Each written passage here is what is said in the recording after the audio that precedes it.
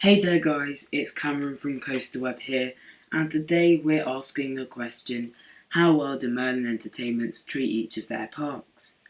Merlin have now been in business for a dozen years, and we have a very good idea of which parks they treat the best. Even though they have only recently come under new ownership, that of Lego, it is likely that the way they treat their parks will not dramatically change. Merlin are the world's second largest theme park operating company, primarily because of their Legolands worldwide. It's safe to say that all the Legolands worldwide are treated fairly similarly, receiving relatively cheap but well-themed attractions annually. However, when it comes to their other theme parks, which are all located in Europe, they definitely demonstrate favouritism. That is what we will be analysing today, as well as rating how each park is treated, using an A to E system. Alton Towers in Staffordshire, England is treated by far the best out of all of Merlin's parks. It's definitely safe to say it is their flagship park. They've got more thrill coasters in the dozen years that Merlin have been around than any other park, with 3.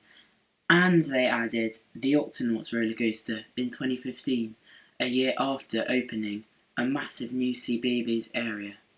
In 2010, the park added 13, an exciting family thrill coaster with excellent scary theming and the world's first vertical drop track element. In 2013, they opened the Smiler, which still holds the title of the most inversions on a single coaster, with 14, and in 2018, they opened the best themed wooden coaster in the world, Wicker Man. As mentioned before, Towers received a huge new family area, themed to the popular TV brand CBeebies in 2014. Despite the mass removal of flat rides witnessed in recent years, Towers looks to continue like it will receive mass investments in the following years. And therefore, the treatment grade that I'm going to give Alton Towers is an A.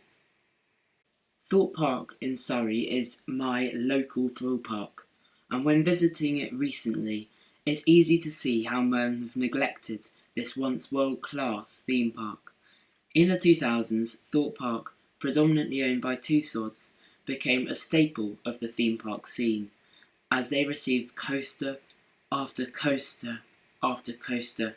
They received X No Way Out, Colossus, Nemesis Inferno, and Stealth, all in a space of only 8 years before Merlin became the new owner of the park. In the dozen years since then, the park have only received 2 coasters, Saw the Ride and the Swarm, and nothing else outstanding either, mainly only minor family attractions. There is definitely also an argument to say that Merlin cheaped out on these coasters, with both being barely 1-minute experiences and not being a big standout coaster that the park both deserves and desperately needs.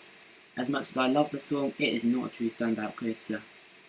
Hopefully we will start to see Merlin act on Thorpe's decreasing attendance by adding big new rides, and hopefully that RMC standout coaster that everyone wants. For my treatment grade for Thorpe Park, I'm going to give it a D. Not quite an E, but still treated very poorly. Located in Surrey, my true home park, Chessington World of Adventures, is a park that divides opinion. Some believe that this park is run rather poorly and that it has not been invested into enough in the last dozen years, while others believe that its additions have been more than solid. I would put myself right in the middle there. I think that the additions of Cobra into the newly themed World Asia area is a great addition and really helps to even out queue times. I also think that Zufari, Ride into Africa, which opened in 2013, is a very enjoyable, adventurous experience that links solidly back to the roots of Chessington as a zoo, and I really do appreciate that. In recent years, though, the additions have been more frequent. However, what we have received has been predominantly rethemes, and my opinion is that the Gruffalo and Room on the Brim rethemes were necessary, but that they definitely could have been done a little bit better, and that Tiger Rock is a fantastic retheme, as is the whole of the Land of the Tiger area, once again channeling the zoo history of Chessington. However, as these new attractions are rethemes, they do not reduce the park's increasing queue times that are occurring due to Chessington's rapidly increasing popularity. This year, Chessington are closing two major high-capacity thrill rides in Ramesses Revenge permanently and Black Buccaneer until further notice. This will of course increase queue times in the rest of the park.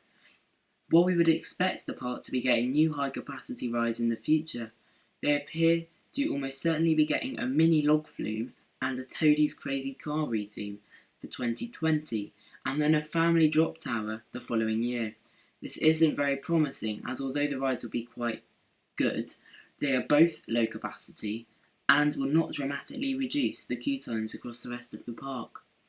I'm optimistic that we will see a major new coaster or any high capacity ride in the next few years, and I have confidence that Merlin will know what to do with this park. And for its treatment grade, I will give it only a C.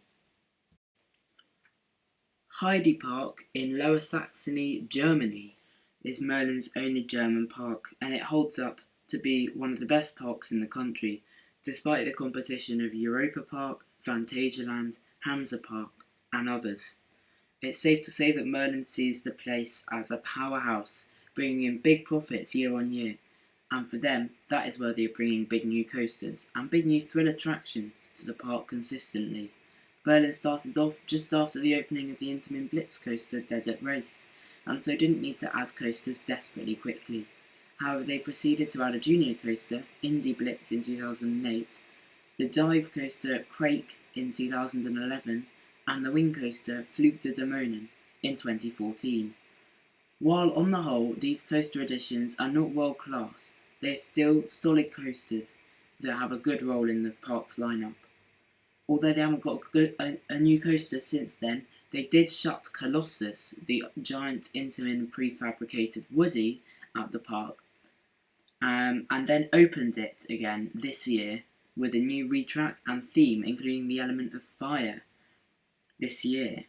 Aside from coasters, Heide Park saw a Splash Battle water ride open in 2010 and a Ghostbusters 5D dart ride opening in 2017. They also added multiple thrilling and family-orientated flat rides in the last dozen years. Merlin seems to like investing heavily into this park, and that is unlikely to change in the future. And so I will give its treatment grade an A. Gardaland in North Italy is Merlin's only Italian park, and it undoubtedly is the best park in the country, with the only competition being the nearby Mirabilandia. Merlin have treated this park well over the last decade, adding 2 thrill coasters and 2 family coasters. In 2008, Merlin added Mammoth, a very well themed Vekoma mine train coaster. In 2011, they added Raptor, the first ever winged coaster, which, although is not as highly rated as the aforementioned Swarm and Flug der Dämonen, it's still an enjoyable ride.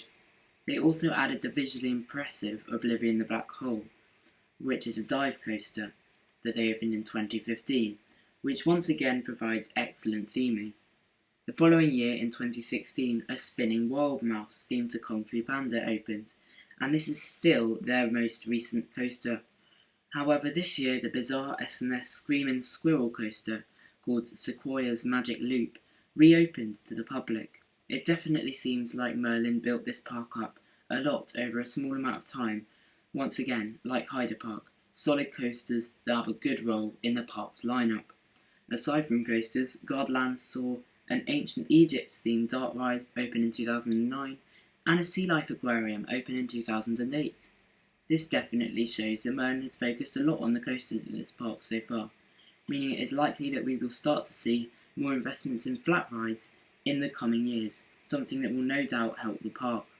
And so my treatment grade for Gardaland is a B. So then, before we end off the video, let's have a look at how Merlin treat all of their parks overall by looking at the years of their big investments. In 2007, they made no major investments. In 2008, they opened Mammoth at Gardaland.